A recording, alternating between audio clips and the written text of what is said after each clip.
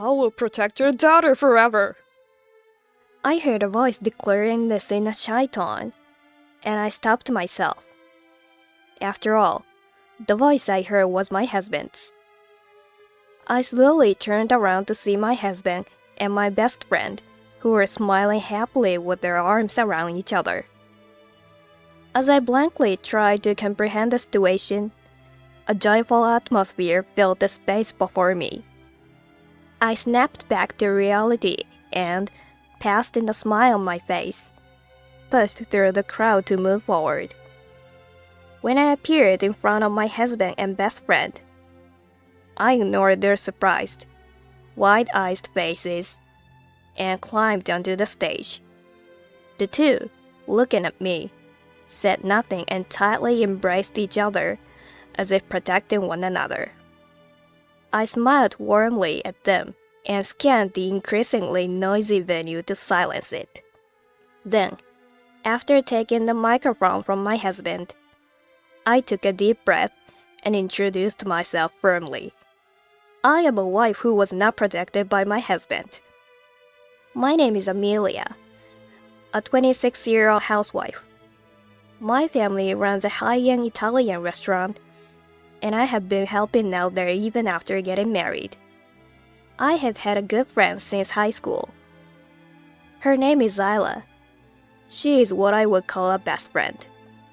Isla is flashy, but has a bright personality and can be considerate to anyone, a kind person.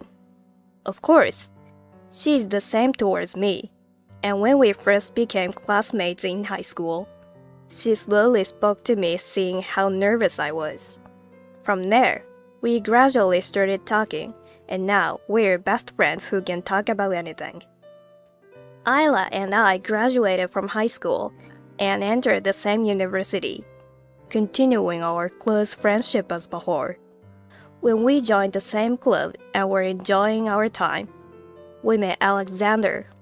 At that time, Alexander, a fourth-year student at the university, was the leader of the club.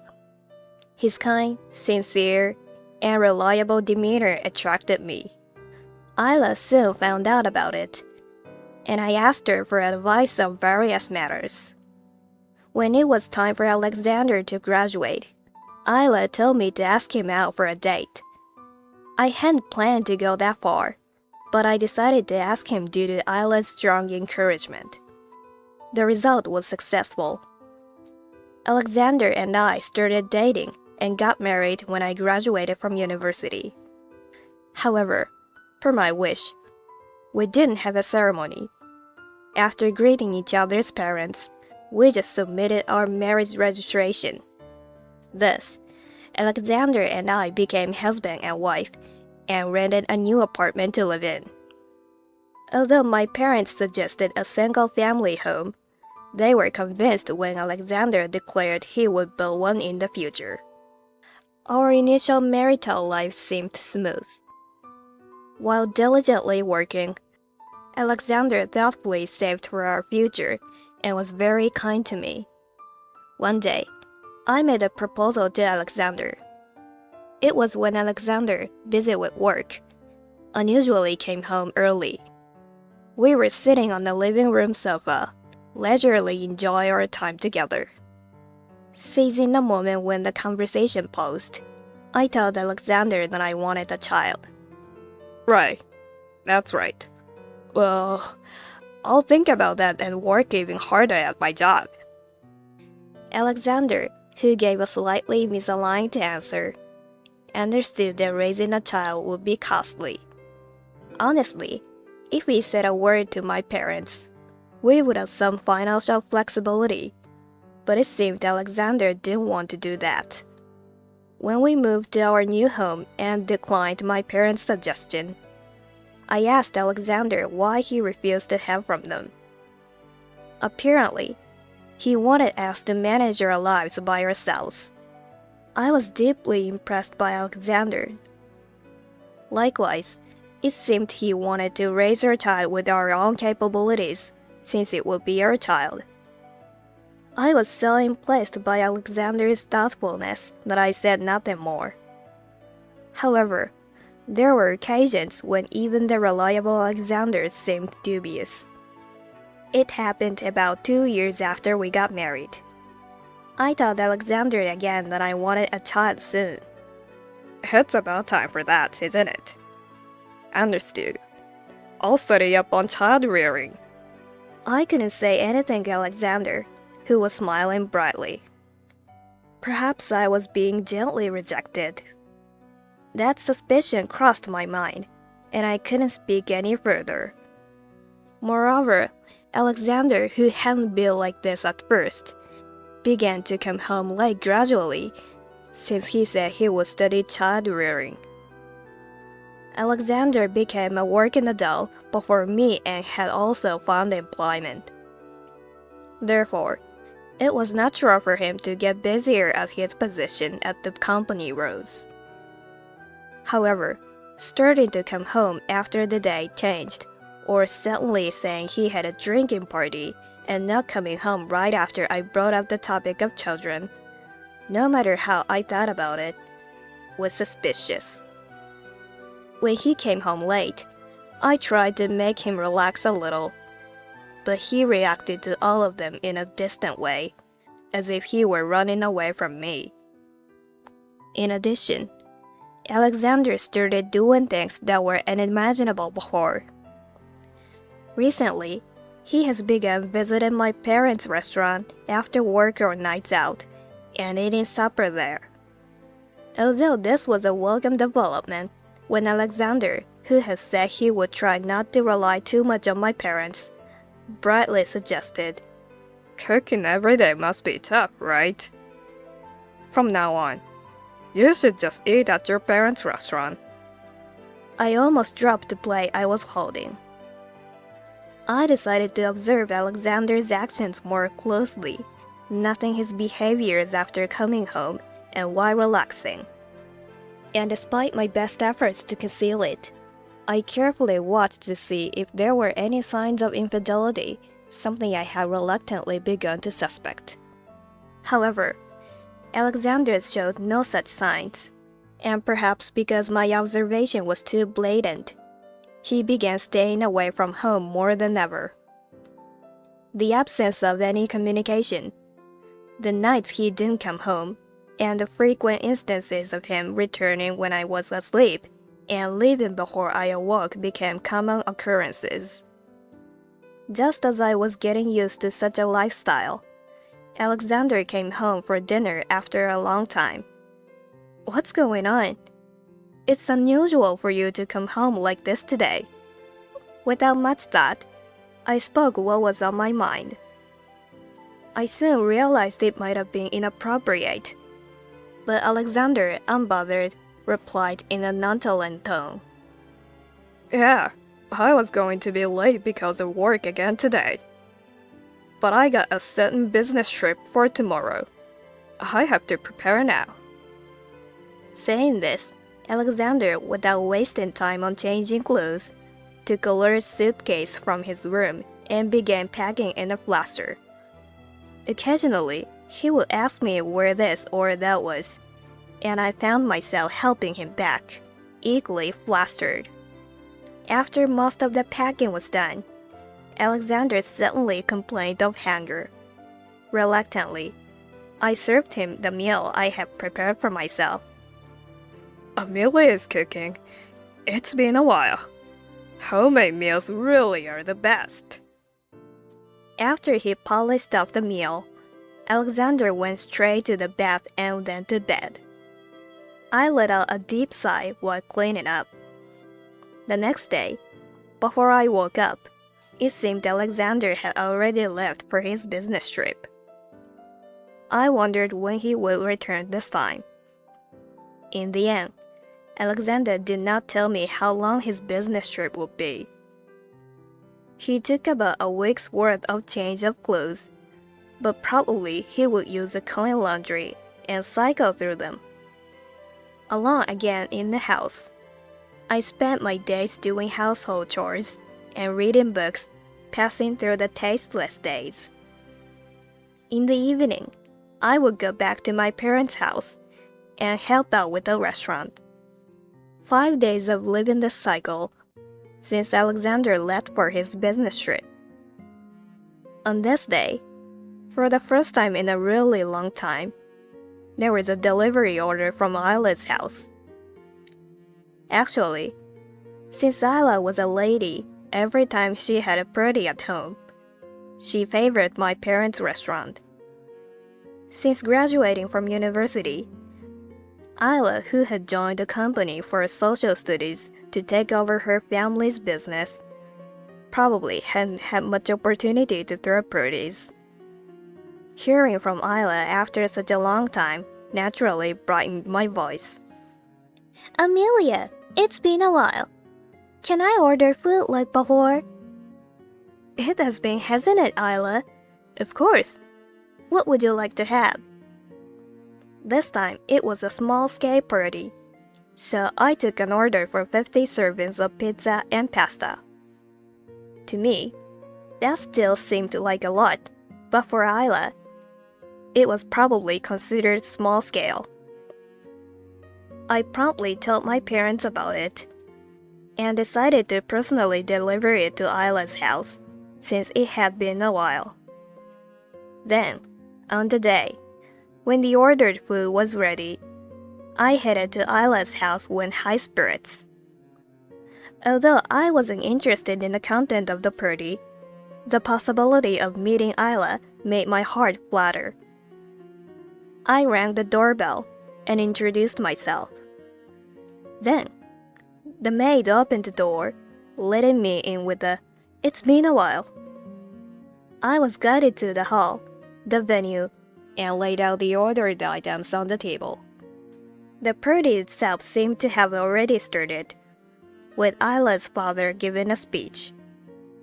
I prepared quietly, not to disturb anyone, but none of the adults around showed any interest in me, the provider of the food. Just when I was about to finish the preparations, the adults behind me suddenly started to applaud loudly. Startled, I almost dropped the pizza I was holding, but managed to withstand it by taking a deep breath. Then I heard someone stepping onto the stage, and the speech began. However, the voice sounded familiar, and I, who was about to leave after finishing all preparations, involuntarily stopped in my tracks. The next words I heard froze my thoughts. "I will protect your daughter for the rest of my life." I could hear the voice declaring so, shyly, and my wind went black. That voice, which resonated throughout the hall, was the voice of my husband, Alexander. Slowly turning around in disbelief, there stood Alexander, arm in arm and smiling happily with Isla, my best friend. I just stared blankly, unable to comprehend the situation.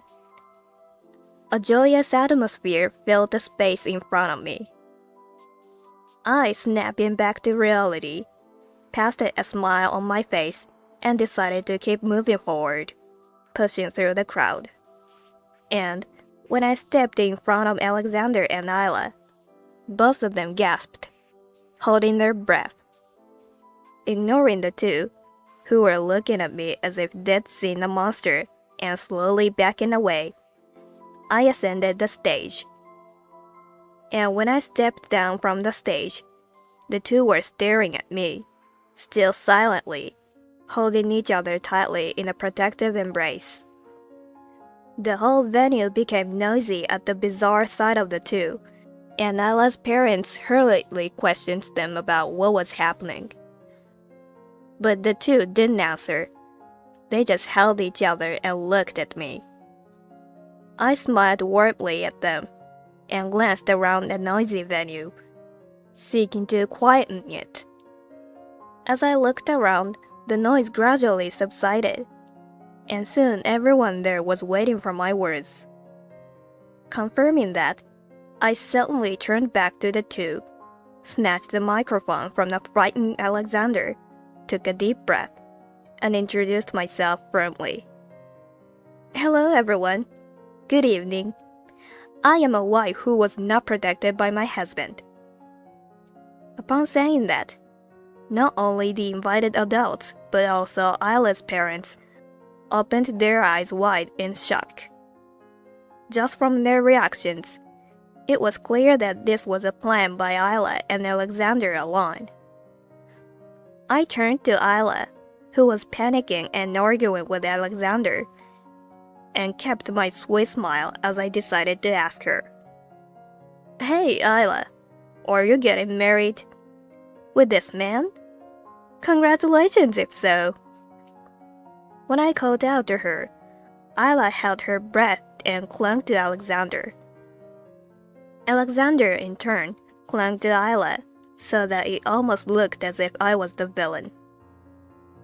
Not being satisfied with that, I decided to explain the current situation to the people in the venue who were not Isla and Alexander carefully. "Ladies and gentlemen, you were probably gathered here today for these two's engaged announcement party. But that is a mistake. This party is not an engagement announcement, but an infidelity announcement, so please don't be mistaken." Upon saying that, not only the venue, but also Isla's parents raised their voices even more. So, I decided to report the detailed situation and question the two. First of all, Alexander is my husband. I did not have a wedding party because I did not want one, but we had our marriage registered. And the lady next to him, Isla, has been my friend since we were high school students. In other words, I was betrayed by my best friend and husband a while ago. But is this a coincidence? I said the last part while facing Isla and Alexander.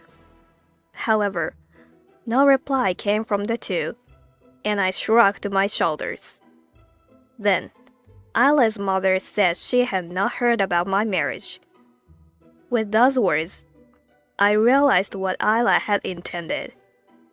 Isla had been targeting Alexander since I got married, or perhaps even before that.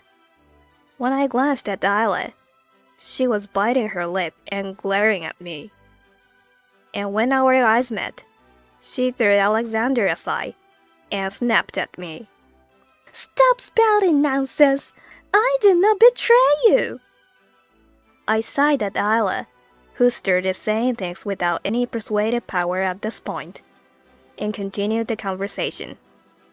"Everyone, did you hear that? Isla said she hadn't betrayed me. But what exactly does that mean? Who is this Isla, who fully supported me dating Alexander? And who was the first to be overjoyed at my marriage announcement?" Stop it already! What's with that way of speaking? It's infuriating. Someone, get her out of here! Isla, shrieking, is silenced by a stern voice from her father. Until now, her parents, who have no knowledge of the situation, seem to want to hear the story from me. If that's the case, I must make sure to convey it to everyone present, especially to Isla's parents. As I mentioned earlier, it's thanks to Isla that Alexander and I started dating, and when we announced our marriage, it was Isla who was very happy for us. But why are Isla and Alexander trying to get married somewhere I don't know about now? This time, instead of confronting an infuriated Isla, I passed the conversation to Alexander, who looks pathetic and perplexed. As expected, when Alexander is pointed out by name, he shivers and can only say things that do not form coherent words. Losing my patience, I carefully choose my words and try asking him again. "I'm asking you why you're trying to marry Isla while married to me. Was it a lie when you said you'd protect Isla forever a moment ago? Or was our marriage itself a lie?" I didn't lie about anything. At my accusatory tone, Alexander raises his voice as if trying to say he's sincere. Either way, his words were insincere, but it didn't matter to me at that moment. Yes, then isn't this situation strange? You're married to me and you're protecting Nyla for the rest of her life? I'm sorry, but this country doesn't allow polygamy or even bigamy. Saying that, Alexander, with a face about to cry, begins to speak. No, that's not it. Sure, at first I wanted to marry Isla, but Isla was popular, and I thought she wouldn't pay attention to someone like me. But she was always with you, so I thought if I got along with you, maybe I could also become friends with Isla. Hearing that, I felt like my insides were boiling, but I decided to pretend to be calm and make sure everyone present heard everything. So, you approached me to get Isla, and from the start, you intended to avoid the topic of children because of that, right? That's right, because I plan to marry Isla. If a child is born between you and me, I can't break up with you, can I? Alexander provided an honest answer, even though I hoped he would deny it. While I desperately suppressed my anger, he began to speak one after another even without being asked. It's as if he thinks that if he revealed everything, I will forgive him. Besides, your family runs a high-end Italian restaurant, and your parents are nice people. So they'll treat me to a lot of delicacies, right? I thought it wouldn't be bad to be able to eat as much luxury food as I want, whenever I want. I almost lashed out, but the moment I tried to step down from the stage, Isla, who had been silent until now, began to laugh loudly. Isn't it nice having a special feature? Actually, I didn't want to ask for anything from your restaurant, but I ordered because Alexander insisted. You should be grateful. And I never thought of you as my best friend from the start. You were just right to highlight me. And I've been using you all along. Finally, Isla showed her true colors. Whether she had given up on hiding it or gained confidence after hearing Alexander's evaluation of me, she began to disclose various things, seemingly having become audacious, just like Alexander. It was a long-term plan. I met Alexander in college and wanted to make him mine somehow. But he didn't have the courage himself. So I thought if I could make you steal him, Alexander himself would realize his charm, and once you became unnecessary, he could discard you. The hall becomes noisy again at Isla's outrageous statement. Isla's parents held their mouths, looking at their daughters as if they were seeing something unbelievable. Amidst this, Isla sticks tightly to Alexander and glares at me. Then Isla's father steps forward and bows to me. He also bows to the guests and says in a firm voice, On this occasion, I sincerely apologize for our daughter exposing such an ugly side of herself. I deeply apologize for showing you such an unsightly scene. And then, turning to face me again, he bowed and apologized. Amelia, I'm truly sorry. I never imagined our daughter would grow up to be such a person. I don't know what to say. After all the friendly times you've shared since childhood, and this is how she repays you. I won't ask for your forgiveness, but could you please settle this matter calmly? I understand that parents will defend their child no matter what they have done. But this is too much. If she shows no sign of remorse, I intend to bring this to light. At this exchange, Isla's face turned pale. A little distance away, Isla's mother was crying. and seeing them made Ayla lose even more color. Seeing such Ayla, Alexander was doing something of mark in an attempt to comfort her. Watching Ayla in that state, Alexander tried to comfort her in all the wrong ways. He attempted to make her laugh, and even gestures as if he would raise his hand to me. Seeing him like this, I couldn't help but wonder what I even saw in Alexander. Ayla, annoyed by Alexander's actions, tries to distance herself, but he doesn't seem to understand. Watching their exchange, I suddenly lose interest and decided to deliver the final blow without hesitation. Well, now that your affair is out in the open, I'll claim damages from Ayla and demand damages and a divorce from Alexander. Huh? Don't blame me just because you weren't attractive, okay? Ayla, making a genuinely disgusted face, was causing her parents to panic. They remembered what I had said earlier about making things public, if Ayla didn't show any remorse. Alexander is muttering that he can't pay something like that. Hesitantly, but I don't care. Annoyed at the sight of the two of them whining together, I firmly grabbed the microphone and said, "Alright, so I will make it public. Maybe you should experience what happens when you don't reflect properly, don't you think?" Just as I'm about to step down from the stage, Ayla's parents begged me desperately. Amelia, we'll make it up to you. So please, just don't make it public. Please. Please, Amelia, just no public. Seeing them defend Ayla so desperately, it appears they are only thinking of themselves, using Ayla as a reason. I frowned and looked towards Ayla, but even upon seeing her parents, she showed no sign of remorse. Fed up with the current situation, I decided to really go for the kill. I don't know how long you plan on acting so smug, but your cheating will be exposed eventually, you know? At my words, Ayla's eyes widened.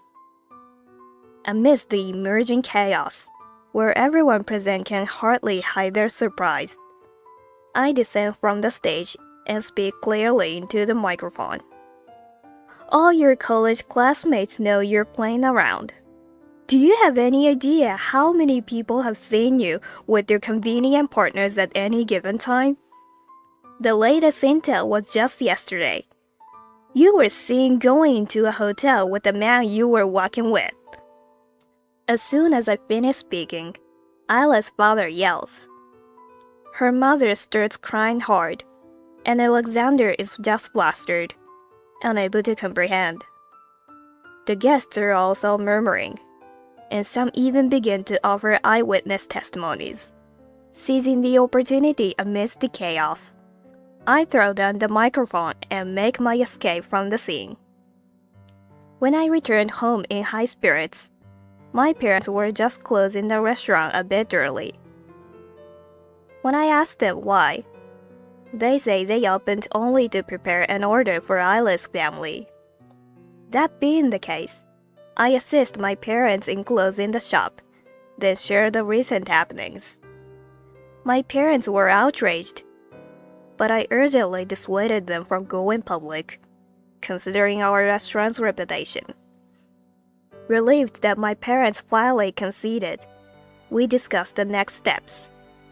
The divorce is a given, and we would discuss things with Ayla's family through the lawyer. Alexander, for some inexplicable reason, insisted that he did not want a divorce at this stage. But when I took the final step of explaining the situation to his parents, he readily admitted that he was divorcing me. Even if divorce is socially frowned upon, I felt anger boiling within me once again, as Alexander seemed to not comprehend why all of this happened. However, my in-laws, being sensible people, apologized both over the phone and in a direct visit. They also promised to ensure that Alexander would deal with the division of property, which was a relief for me.